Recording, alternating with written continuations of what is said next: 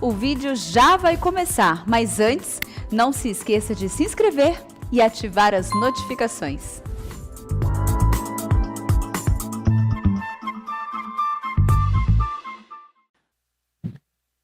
Irmãos queridos, que privilégio, que bênção repartir com vocês nesta noite a preciosa palavra de Deus. O texto que nós vamos ler é Daniel, profeta Daniel, capítulo 12. Profeta Daniel, capítulo 12, versos de 1 a 13.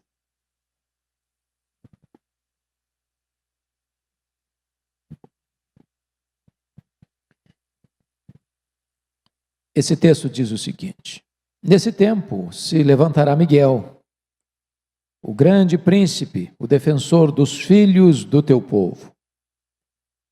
E haverá tempo de angústia, qual nunca houve, desde que houve nação até aquele tempo. Mas naquele tempo será salvo o teu povo, todo aquele que for achado inscrito no livro. Muitos dos que dormem no pó da terra ressuscitarão, uns para a vida eterna, e outros para a vergonha e horror eterno. Os que forem sábios, pois, resplandecerão como o fulgor do firmamento, e os que a muitos conduzirem à justiça, como as estrelas, sempre e eternamente. Tu, porém, Daniel, encerra as palavras e sela o livro até o tempo do fim. Muitos o esquadrinharão e o saber se multiplicará. Então eu, Daniel, olhei, e eis que estavam em pé outros dois, um de uma banda do rio, o outro da outra. Um deles disse ao homem vestido de linho que estava sobre as águas do rio: quando se cumprirão estas maravilhas? Ouviu o homem vestido de linho que estava sobre as águas do rio, quando levantou a mão direita e a esquerda ao céu e jurou, por aquele que vive eternamente, que isso seria depois de um tempo, 2 tempos e metade de um tempo. E quando se acabar a destruição do poder do povo santo, estas coisas todas se cumprirão. Eu ouvi, porém, não entendi. Então eu disse: meu Senhor, qual será o fim dessas coisas?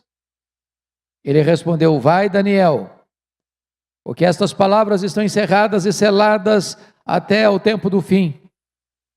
Muitos serão purificados, embranquecidos e provados. Mas os perversos procederão perversamente, e nenhum deles entenderá, mas os sábios entenderão. Depois do tempo em que o sacrifício diário for tirado, e posta a abominação desoladora, haverá ainda 1290 dias. Bem-aventurado o que espera e chega até 1335 dias. Tu, porém, segue o teu caminho até o fim, pois descansarás, e ao fim dos dias te levantarás para receber a tua herança. Amém. Eu quero conversar um pouco com os meus irmãos nesta noite sobre o tema o fim do mundo. O fim do mundo. É sabido de todos vocês que Daniel é considerado o Apocalipse do Antigo Testamento. Daniel tem uma parte histórica que vai dos capítulos 1 a 6 e uma parte profética, apocalíptica, que vai do capítulo 7 ao capítulo 12. Esse texto, de uma maneira brilhante e até eloquente, traz-nos uma descrição desse tempo do fim. Como se Deus levantasse a ponta do véu, acendesse as luzes no palco da história, para revelar para nós o que acontecerá nesse tempo do fim. Vários eventos são aqui descritos como que os sinais dessa segunda vinda de Cristo e do fim do mundo. E os sinais da segunda vinda de Cristo estão aí, notórios, absolutamente eloquentes a todos nós. E Jesus nos alertou sobre eles no seu sermão profético, o engano religioso, as guerras, os rumores de guerras, os terremotos, as pestilências, que hoje chamaríamos de uma pandemia, o esfriamento do amor, o crescimento da iniquidade, a apostasia e o levantamento do homem da iniquidade. Hoje eu gostaria então de pensar com vocês alguns aspectos do fim do mundo à luz desse texto. E o primeiro ponto que eu destaco são fatos marcantes do tempo do fim. Então, com a Bíblia aberta comigo, vamos ver algumas coisas. Primeiro, uma descrição da grande tribulação, no verso 1. Nesse tempo se levantará Miguel, o grande príncipe, o defensor dos filhos do teu povo, e haverá tempo de angústia qual nunca houve, desde que houve nação até aquele tempo. Irmãos amados, esse tempo, quando diz nesse tempo, ele está em andamento num assunto que vem tratando desde o capítulo 7, passando pelo capítulo 8, entrando no capítulo 11, e eu queria que você entendesse que tempo é esse. É o tempo do levantamento do anticristo. Veja comigo o capítulo 7, por gentileza, verso 21. Eu olhava e eis que este chifre fazia guerra contra os santos e prevalecia contra eles. No mesmo capítulo 7, verso 25, proferirá palavras contra o Altíssimo, magoará os santos do Altíssimo, e cuidará em mudar os tempos e a lei. E os santos lhes serão entregues nas mãos por um tempo, 2 tempos e metade de um tempo. Ainda veja comigo o capítulo 11, verso 36. A descrição desse tempo. Está escrito aí no versículo 36. Este rei fará segundo a sua vontade, e se levantará, e se engrandecerá sobre todo Deus. Contra o Deus dos deuses falará coisas incríveis, será próspero, até que se cumpra a indignação, porque aquilo que está determinado será feito. E agora veja o capítulo 12, versículo 11. Depois do tempo em que o sacrifício diário for tirado e posta a abominação desoladora, haverá ainda 1290 dias. Isso está exatamente de acordo com Apocalipse capítulo 13. Eu vou ler, vocês me acompanhem por gentileza, no capítulo 13 de Apocalipse, versos 7 e 8. Está escrito o seguinte, falando do anticristo. Vejam aí, foi-lhe dado também que pelejasse contra os santos e os vencesse. Deu-se-lhe ainda autoridade sobre cada tribo, povo, língua e nação. E adorá-lo-ão todos os que habitam sobre a terra, aqueles cujos nomes não foram escritos no livro da vida do Cordeiro, que foi morto desde a fundação do mundo. Então preste atenção que este homem da iniquidade, o filho da perdição, se levantará nesse tempo do fim. E ele falará contra o Altíssimo, ele magoará os santos do Altíssimo, ele perseguirá o povo de Deus. E diz a Bíblia que todos vão adorá-lo, todos, em todos os povos, em todas as línguas, em todas as nações, exceto os que têm o selo de Deus. Em outras palavras, nenhum crente salvo pela graça vai seguir o anticristo.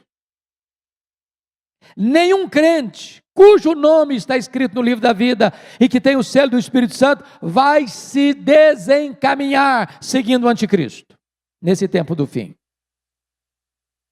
Mas vejam vocês, em segundo lugar, a singularidade desta grande tribulação. Porque o verso 1, voltando para Daniel 12, por gentileza, está mostrando que essa tribulação vai ser uma tribulação única, singular, sem paralelos na história.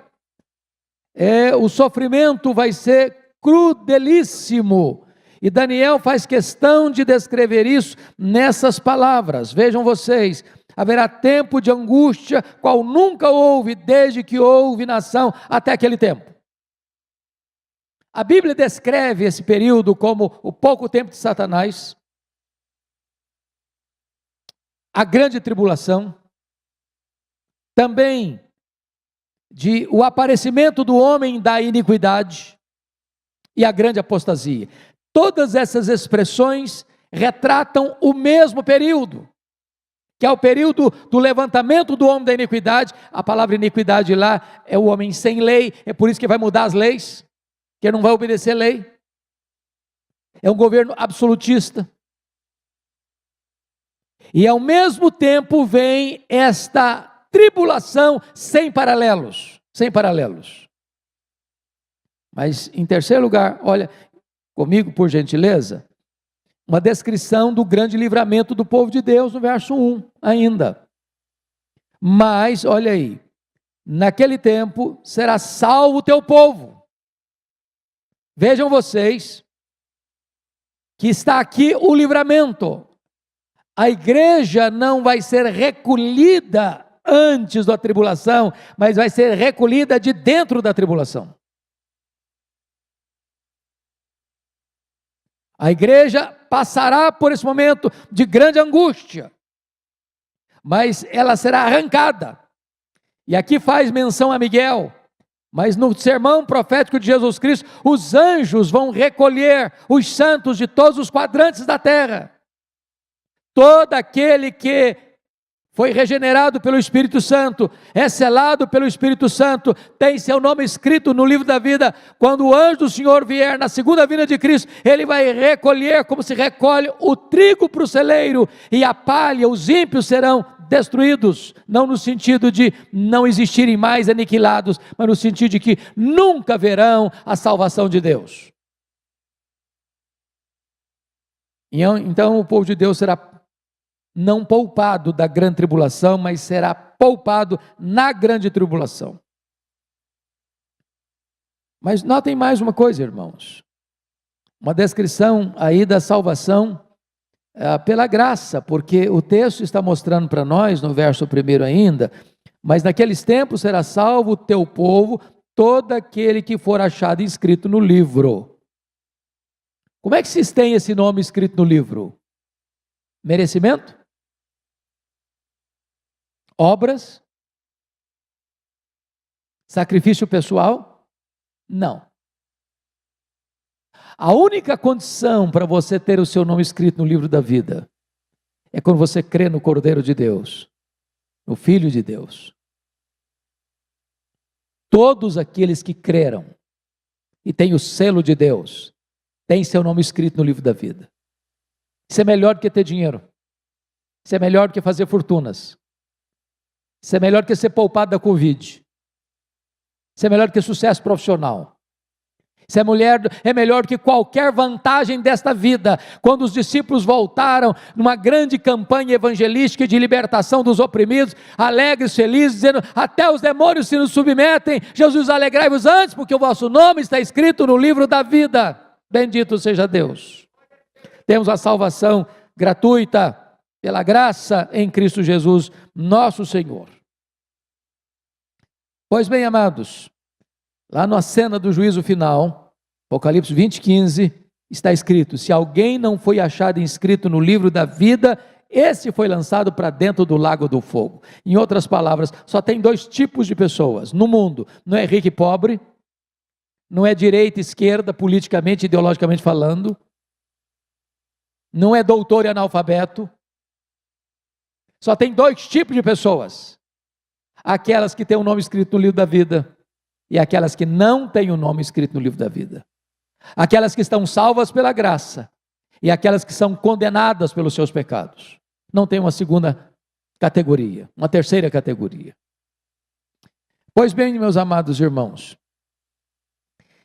essas pessoas cujo nome estão no livro da vida são aquelas pessoas a quem Deus amou.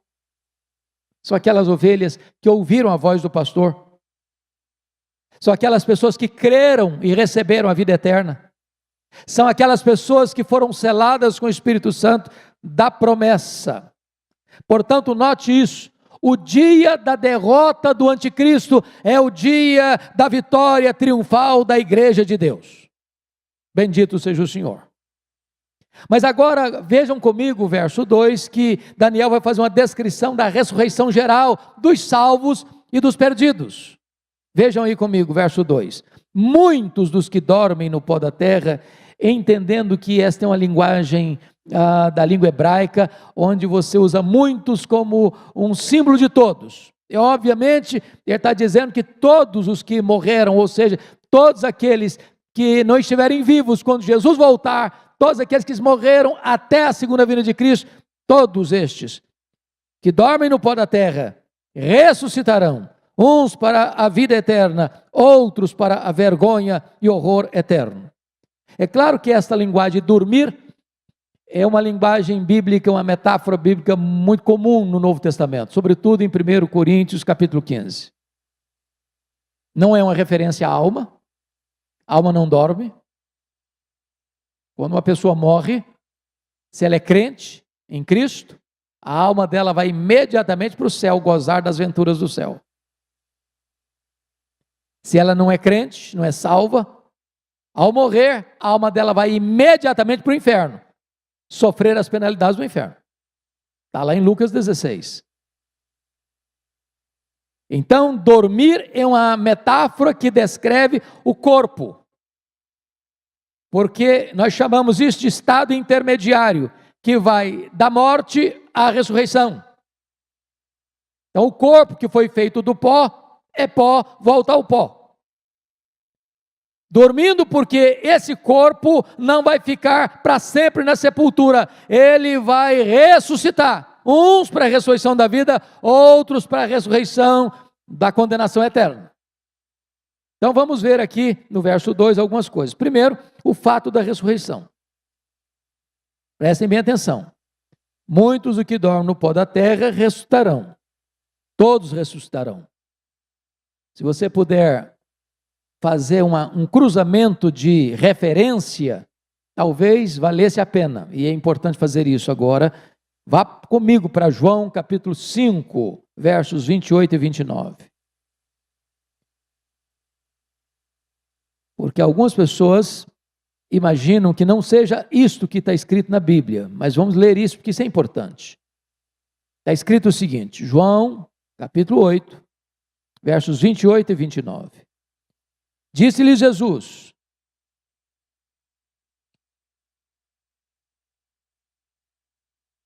não, desculpe, irmãos, 5, 28 e 29, obrigado, Arival. 5, 28 e 29, não vos maravilheis disto, porque vem a hora em que todos os que se acham nos túmulos ouvirão a sua voz e sairão, os que tiverem feito o bem para a ressurreição da vida, os que tiverem praticado o mal para a ressurreição do juízo. Então tem duas ressurreições, para a vida, a ressurreição da vida e a ressurreição do juízo. Se darão no mesmo dia, no mesmo ato. Não tem essa ideia de que os salvos vão ter uma ressurreição primeira, só depois os outros que não foram salvos terão uma segunda ressurreição num outro período. Não. Quando Jesus voltar, os mortos vão ressuscitar, vão ouvir a sua voz e vão sair do túmulo, uns para a ressurreição da vida, outros para a ressurreição do juízo. Esse é o tempo do fim. É na segunda vinda de Cristo. E notem mais, o texto vai nos informar que tem dois tipos de pessoas que ressuscitam. No versículo 2 está claro isso, voltando para Daniel, por favor. Porque está claro aí aos irmãos que há dois tipos de pessoas que morrem, o crente e o incrédulo.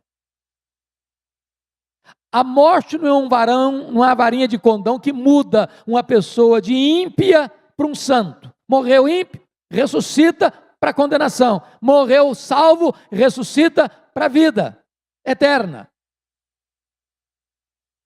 Porque às vezes você escuta em funeral, a pessoa morreu na impiedade, já promove a pessoa, faz de conta que a pessoa é uma santa, piedosa e está salva. Não, a morte não muda ninguém.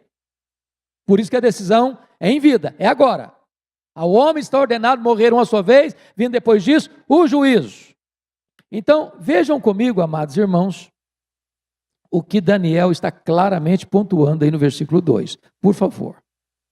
Muitos que dormem no pó da terra ressuscitarão, uns para a vida eterna e outros para a vergonha e horror eterno. Então, note você que esse negócio de achar que vai ter aniquilamento, que morreu ímpio, acabou, não existe mais, isso é bobagem. A Bíblia não ensina isso. Existe bem-aventurança eterna e existe condenação eterna. Está posto e está claro. Muito bem, amados. Vamos ver uma outra coisa importante. A recompensa dos salvos no verso 3. Os que forem sábios, pois, resplandecerão como o fulgor do firmamento, e os que a muitos conduzirem à justiça, como as estrelas, sempre e eternamente. O sábio é aquele que discerne, aquele que leva a palavra de Deus, aquele que prega a palavra de Deus, está descrito aí como aquele que vai levar essa mensagem, conduzindo muitos à justiça. Esses vão receber um galardão especial, que Daniel descreve aqui em termos de luz, de brilho, de fulgor. E parece-nos que Paulo pega essa mesma imagem para dizer que na ressurreição dos mortos vai ser assim, vai ser como os astros. O sol tem a luz do sol, tem a luz da lua, tem a lua das estrelas. Até entre estrela e estrela há diferença de esplendor. Assim também será a ressurreição dos mortos. Então entenda isso. Quando você leva as pessoas ao conhecimento do Evangelho, e pessoas são alcançadas pela graça de Deus, por seu intermédio, pela sua mensagem, pelo seu envolvimento, pela sua dedicação à pregação, ao testemunho da palavra de Deus, a recompensa que na ressurreição dos mortos, o seu corpo vai brilhar como o sol na sua força e no seu fulgor. Que coisa preciosíssima!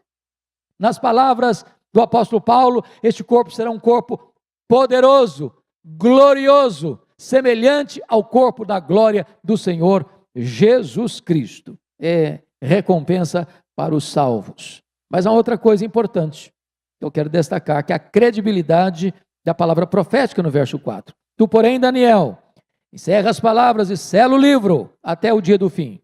Muitos o esquadrinharão e o saber se multiplicará. Chama a sua atenção para um ponto aqui. Porque muita gente pensa que essa ideia de selar o livro é que esse livro está tão hermeticamente fechado que ninguém vai entendê-lo. Não é isso que Daniel está dizendo. Encerra as palavras e sela o livro, ele está se referindo a um costume persa. Quando uma obra era concluída, quando um livro era concluído, ele era copiado, um livro copiado e colocado a público. Então se selava com uma cópia e colocava esta cópia selada, ou seja, o livro foi concluído, o livro está totalmente escrito, e enquanto então ele era selado e colocado numa biblioteca para o uso público. Esta é a ideia, para as futuras gerações. É por isso que você vai numa biblioteca para fazer uma pesquisa, ou hoje você entra num Google para fazer uma pesquisa. Quando alguém escreveu algo, concluiu essa obra, ela fica então pronta para consulta, para exame, para que as pessoas possam ir a ela e aprender dela. O que Daniel quer dizer para nós é que a história já está traçada, Deus já está mostrando o fim, Deus está lá no fim, e Deus está mostrando para nós agora como será o fim. A profecia tem credibilidade. Esse é o ponto que nós queremos aqui descrever. Não é que a palavra profética é fechada, é hermética, impenetrável, não. O livro de Daniel é como que um farol para nós na história da humanidade para compreendermos o tempo do fim. Mas veja outra coisa importante. A descrição do avanço do conhecimento no tempo do fim. Essa é uma das profecias mais incríveis da Bíblia sobre a segunda vinda de Jesus. Olha aí comigo o verso 4, finalzinho. Ele diz, e o saber se multiplicará. Só para relembrar algumas coisas para vocês, como nós estamos nesse tempo do fim, irmãos. Em 1822, Quando a dona Leopoldina precisou mandar um recado do Rio de Janeiro para Dom Pedro I em São Paulo, qual foi o meio de comunicação mais rápido que ela encontrou? Um cavalo de corrida. Para vocês terem uma ideia, o grande Isaac Newton, grande cientista, profetizou que chegaria um dia em que o homem caminharia a estonteante velocidade de 60 quilômetros por hora. E Voltaire disse: você está louco? E hoje você anda em avião supersônico. E hoje, na ponta dos seus dedos, você fala com o mundo. A multiplicação do saber, há algum tempo, demorava de 200 em 200 anos para dobrar o conhecimento. Hoje se dobra de 2 anos e meio em 2 anos e meio. E esse sinal, irmãos, aponta para nós com vívida eloquência que Jesus está às portas.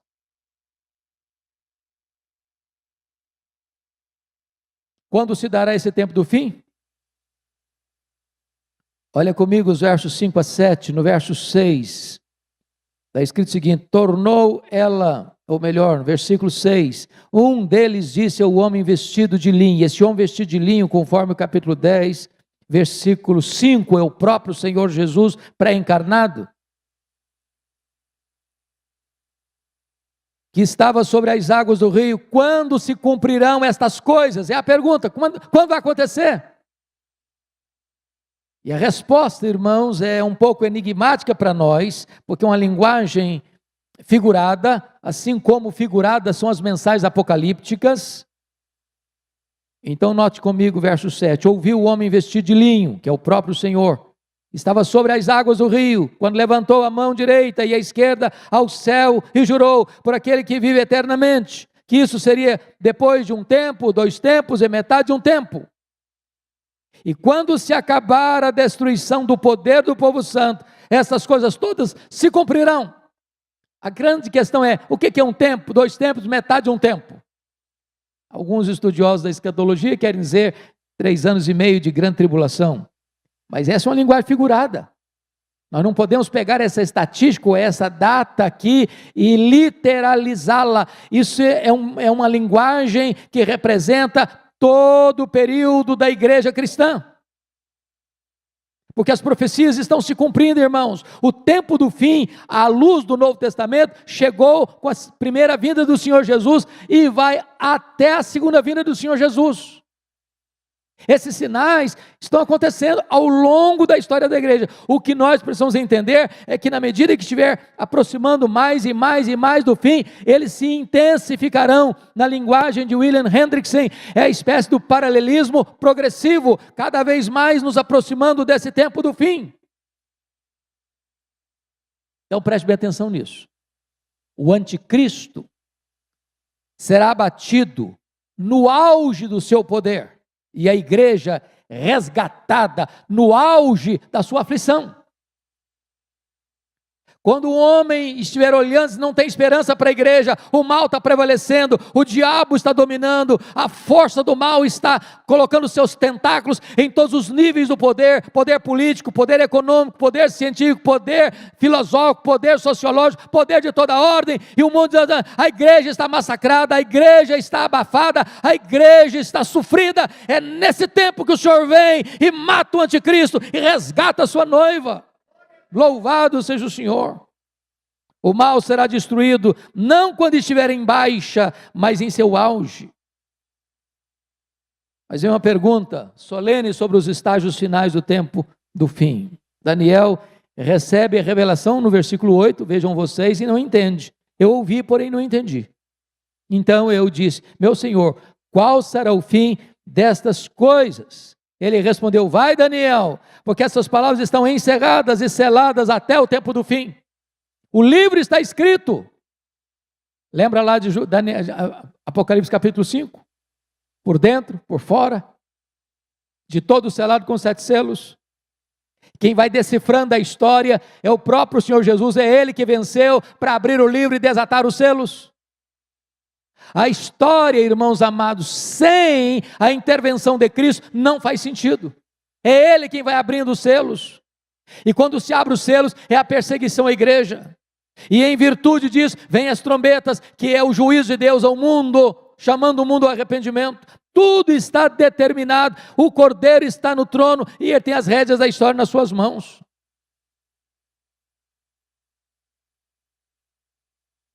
Agora preste atenção nisso. Escatologia, doutrina das últimas coisas, não é para especulação. Tem muita gente que discute o tempo do fim, quando na verdade a igreja precisa se preparar para o tempo do fim.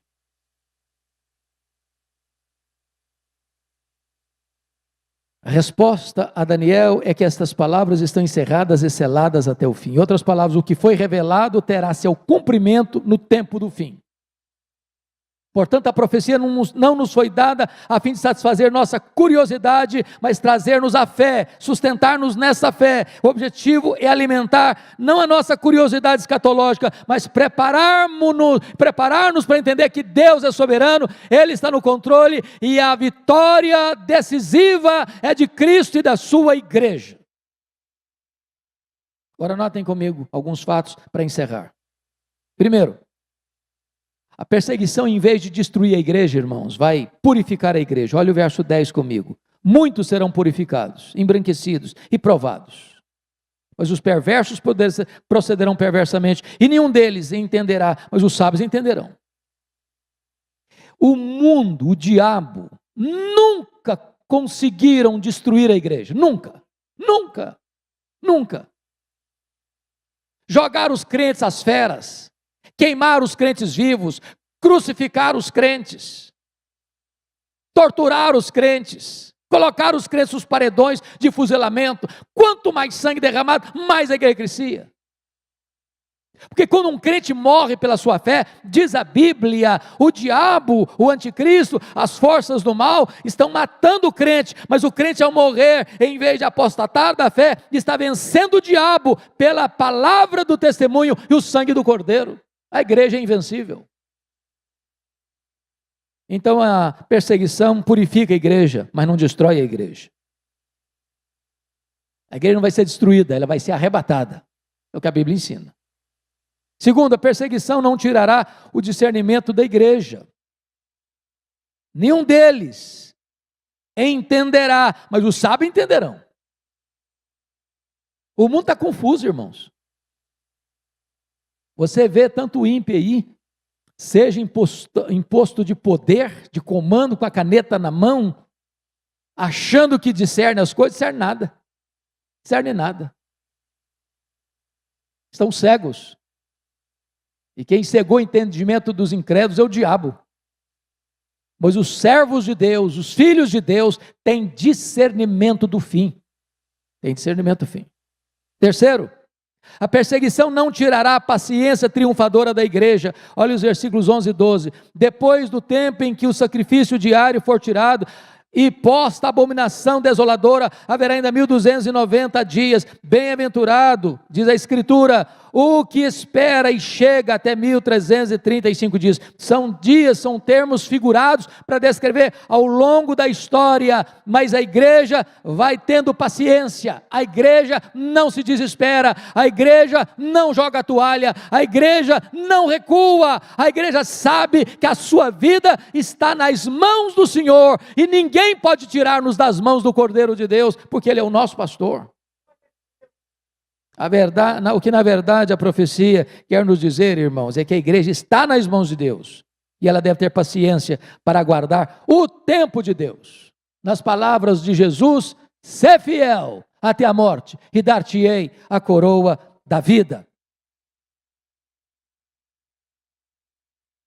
Muito bem, mas para fechar, em último lugar, a perseguição não roubará a recompensa da igreja.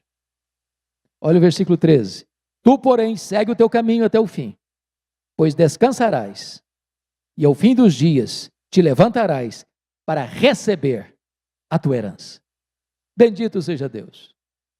Irmãos, um crente pode ser preso, ele pode ser torturado, pode lhe tirar pão, tirar as vestes, massacrá-lo, torturá-lo, intimidá-lo, prendê-lo, matá-lo. Mas nada pode tirar a vitória do crente. Ao fim ele se levantará. Ao fim ele será convocado das alturas.